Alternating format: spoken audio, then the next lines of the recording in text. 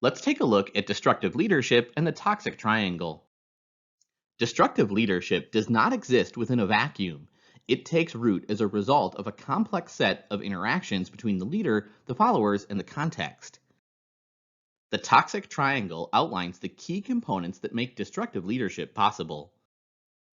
The primary component of toxic triangle is destructive leaders. Understanding this component is at the core of understanding destructive leadership as a whole. First, destructive leaders typically demonstrate charisma, which is a special quality or charm that appeals to others and enhances the leader's ability to gain people's devotion. Second, destructive leaders have an intense need for power and use this power primarily for personal gain and self-indulgence rather than for the common good.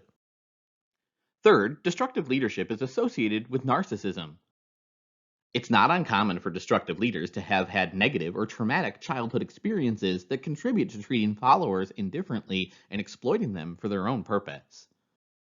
A second component of the toxic triangle is susceptible followers.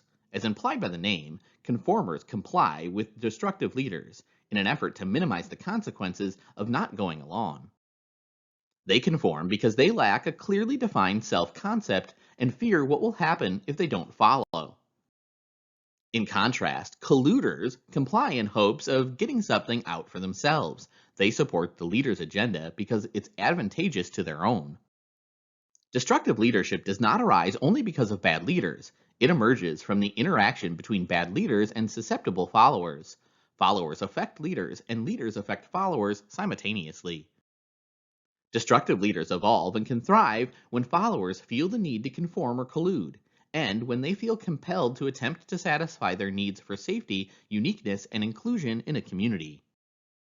The third component of the toxic triangle is conducive environments, which are unique situations or contexts that promote the development of destructive leadership.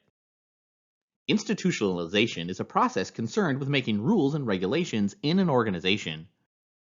Strong institutions can be thought of as organizations in which there are clearly established rules and accepted methods for changing or replacing them.